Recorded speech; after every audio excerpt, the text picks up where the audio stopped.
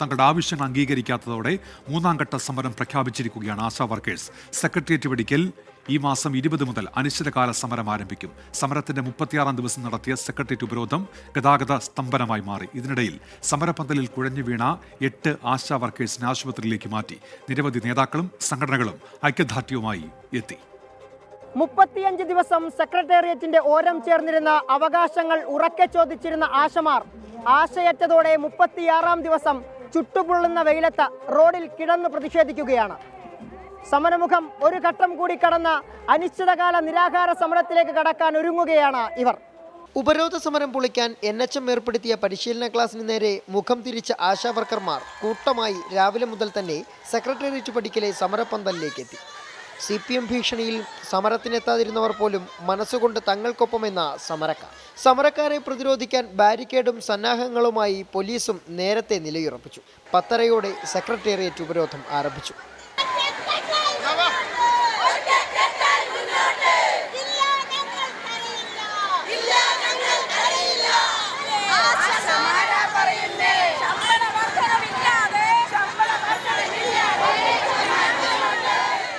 പ്രതിഷേധ നിര സെക്രട്ടേറിയറ്റിന്റെ 2ാം കവാടത്തിന് മുന്നിലേക്ക് എത്തിയതോടെ സമരം നടുറോഡിലായി. ഇരുപ്പും കിടപ്പും റോഡിലായി. അതോടെ പ്രധാന പാതയിൽ ഗതാഗതം സ്തംഭിച്ചു. പോലീസ് ഇടപെട്ട വാഹനങ്ങൾ വഴിതിരിച്ചുവിട്ടു. കേരള ആശാ വർക്കേഴ്സ് അസോസിയേഷൻ സംസ്ഥാന പ്രസിഡന്റ് VK സദാനന്ദൻ ഉപരോധ സമരം ഉദ്ഘാടനം ചെയ്തു. ഓണറേറിയം ലഭിക്കാൻ പാലിക്കേണ്ട 10 മാനദണ്ഡങ്ങൾ ഒഴിവാക്കണമെന്ന സമരക്കാരുടെ ആവശ്യം അംഗീകരിച്ചുള്ള ഉത്തരവിറങ്ങിയതായി സമര നേതാക്കൾ ആശാ വർക്കേഴ്സിനെ അറിയിച്ചു. എന്നാൽ ഓണറേറിയം 21,000 വർദ്ധിപ്പിക്കുന്നതുൾപ്പെടെയുള്ള ആവശ്യങ്ങൾ മുഴുവൻ അംഗീകരിക്കാതെ പിന്നോട്ടില്ലെന്ന ആശമാർ 2 മണിയോടെ സമരത്തിന്റെ 2ാം ഘട്ടം പ്രഖ്യാപിച്ചു.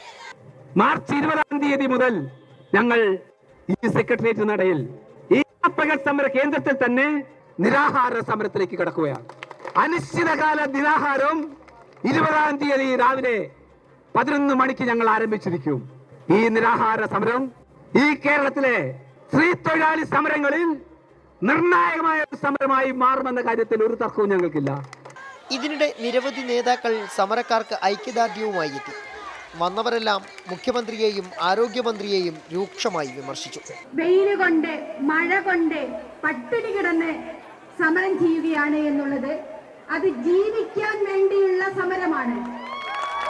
അത് ഒരുപക്ഷെ ഈ AC റൂമുകളിലും ചില്ലുമേടകളിലും ഇരിക്കുന്ന ഭരണാധികാരികൾക്ക് അതിന്റെ പ്രയാസങ്ങൾ മനസ്സിലാവില്ല. മുഖ്യമന്ത്രിയെ നേരിൽ കണ്ട് വിഷയം പറയുമെന്ന പ്രതിപക്ഷ നേതാവ് VD സതീശൻ. ഞാൻ മുഖ്യമന്ത്രിയോട് നിയമസഭയിൽ വെച്ച് പറഞ്ഞു, അദ്ദേഹത്തോട് ഫോണിൽ പറഞ്ഞു, ഇനി ഞാൻ അദ്ദേഹത്തെ നേരിൽ കണ്ടും പറയും. വിഷയം സഭയിൽ വീണ്ടും ഉയർത്തുമെന്ന രമേശ് ചെന്നിത്തല. ആരോഗ്യമന്ത്രി മാത്രം വിചാരിച്ചാൽ തീരുന്ന ഒരു കാര്യമല്ല ഇത്. മറ്റ് കാര്യങ്ങളിൽ തീരുമാനമെടുക്കേണ്ട മുഖ്യമന്ത്രി എന്തുകൊണ്ട് സംസാരിക്കുന്നില്ല? ആശമാരോട് കേരളത്തിന്റെ മുഖ്യമന്ത്രിയുടെ അവഗണന അവസാനിപ്പിച്ചില്ലെങ്കിൽ ഈ സമരം അതിരൂക്ഷമായി തന്നെ മുന്നോട്ട് പോകുമെന്ന് ഞാൻ ആഗ്രഹിക്കുന്നു. കേന്ദ്ര സഹായം ഉറപ്പാക്കുമെന്ന BJP സംസ്ഥാന അധ്യക്ഷൻ K. സുരേന്ദ്രൻ. ഞങ്ങൾ എല്ലാവരും വന്നപ്പോൾ പറഞ്ഞു, കേന്ദ്രത്തിൻ്റെ 1000 രൂപ ഉണ്ടായിരുന്നല്ലോ ആദ്യം 2014, 2000 ആക്കി. 2000 അത്ര വലിയൊരു തുകയല്ല എന്ന് ഞങ്ങൾക്കറിയാം. അത് വർദ്ധിപ്പിക്കണമെന്ന് ഞങ്ങൾ ആവശ്യപ്പെട്ടിട്ടുണ്ട്. അനുകൂലമായി പ്രതികരിക്കാമെന്ന് മന്ത്രി തന്നെ പാർലമെന്റിൽ പറഞ്ഞിട്ടുമുണ്ട്. ആ കാര്യത്തിൽ നിങ്ങളോടൊപ്പം പൂർണ്ണമായിട്ടും ഉണ്ടാകും. ആശാ വർക്കേഴ്സിന്റെ ഓണറേറിയത്തിന്റെ മാനദണ്ഡങ്ങളൊക്കെ സർക്കാർ ഒഴിവാക്കിയത് നല്ല കാര്യം. എന്നാൽ കുടുംബവും കുട്ടികളും പ്രാരാബ്ദങ്ങളും ഒക്കെയുള്ള ഇവർ 232 രൂപ ദിവസ വരുമാനത്തിൽ കുടുംബം എങ്ങനെ പുലർത്തുമെന്ന മാന്ത്രിക വിദ്യ കൂടി മന്ത്രി ഇവർക്ക് പഠിപ്പിച്ചു നൽകണം. തിരുവനന്തപുരം സെക്രട്ടേറിയറ്റ് പടിക്കൽ നിന്നും ക്യാമറമാൻ സജീവനസിനും വിഷ്ണുവിനുമൊപ്പം സുജിത് സുരേന്ദ്രൻ, 24. പൊതുജനം കഴുതയല്ല സാർ.